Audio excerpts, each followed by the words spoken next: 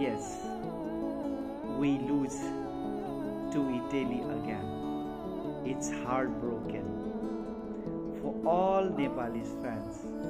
For us, it's not easy, right?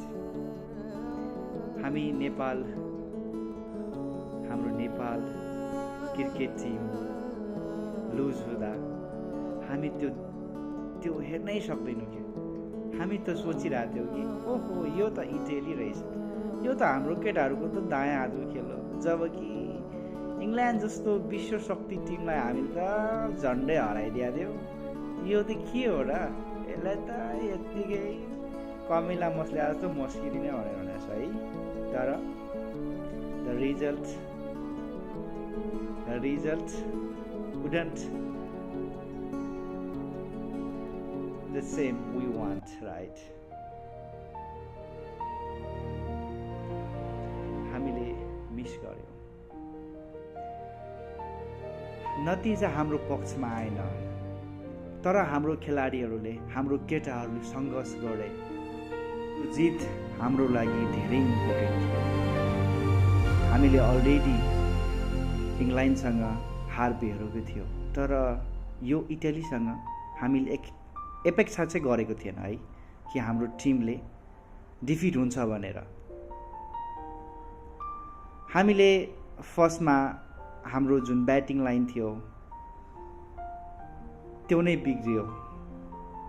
हामीले score at least 150, 160 or 170 अबभ हामीले score गर्नु पर्थ्यो, र पनि हामीले 123 एटलिस्ट इट्स ओके।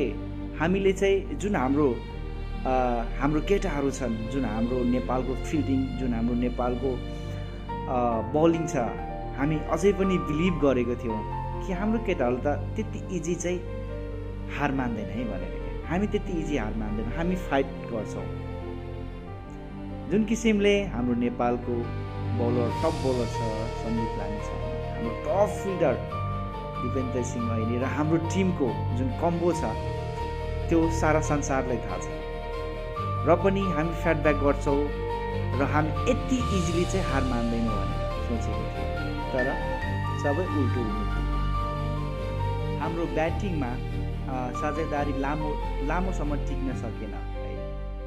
केही महत्त्वपूर्ण ओभरमा हामीले निरन्तर गुमायो, विकेट लिन सकेनौँ। तर यो अन्त्य होइन, यो सिकाइ हो। यो हारले दुःख दिन्छ, तर गर्व अझै बलियो हुन्छ। अझै 2वटा खेल बाँकी छ, अझै होप्स बाँकी छ। हामी जितमा मात्र साथ होइन, हामीले हारमा पनि साथ दिनु एकदमै जरुरी छ। हाम्रो टिम नेपाललाई, हाम्रो केटाहरूलाई अहिले यो अवस्थामा हाम्रो साथको एकदमै जरुरी छ। त्यो हामीले पनि फिल गरेको छौँ, किनभने हामी जितमा मात्रै सपोर्ट गर्ने, हारमा गर्नु, यही हो रियालिटी। हामीहरूले चाहिँ एक्सेप्ट गर्नुपर्छ। केटा हो, हाम्रो टिमलाई अहिले निकै हाम्रो जरुरत छ, हाम्रो सेयरिङको जरुरत छ, हाम्रो साथ सपोर्टको जरुरत छ। त्यो हो कारण प्लिज हामी सबै फेरि जाउँ र हामी सपोर्ट गरौँ हाम्रो नेपाली टिम। किनभने जुन तरिकाको फ्यान फ्लोइङ छ हाम्रो नेपालमा, जुन हामीले हाम्रो टिमलाई, हाम्रो क्रिकेट टिमलाई विश्वभरि हामी आफ्नो फ्यानको दमले जुन हामीले चाहिँ पुगाएको छौँ नि, त्यो विश्व सामु चिनेको छ। लास्ट इयरको कुरा गरौँ, बिफोर लास्ट इयरको कुरा गरौँ है, किनभने नेपालको फ्यानले जुन तहल्का मचाएको छ त्यो सारा दुनियाँ चकित परेको छ र वाह वाह गर्दैछ। वाउ, नेपालको फ्यान चाहिँ मान्नुपर्छ है भनेर। क्या अहिले पनि यो T20 वर्ल्ड कप जुन अनगोइङ छ इन्डियामा, जुन चलिरहेछ गेम, त्यो गेममा पनि हाम्रो प्रस्तुति, हाम्रो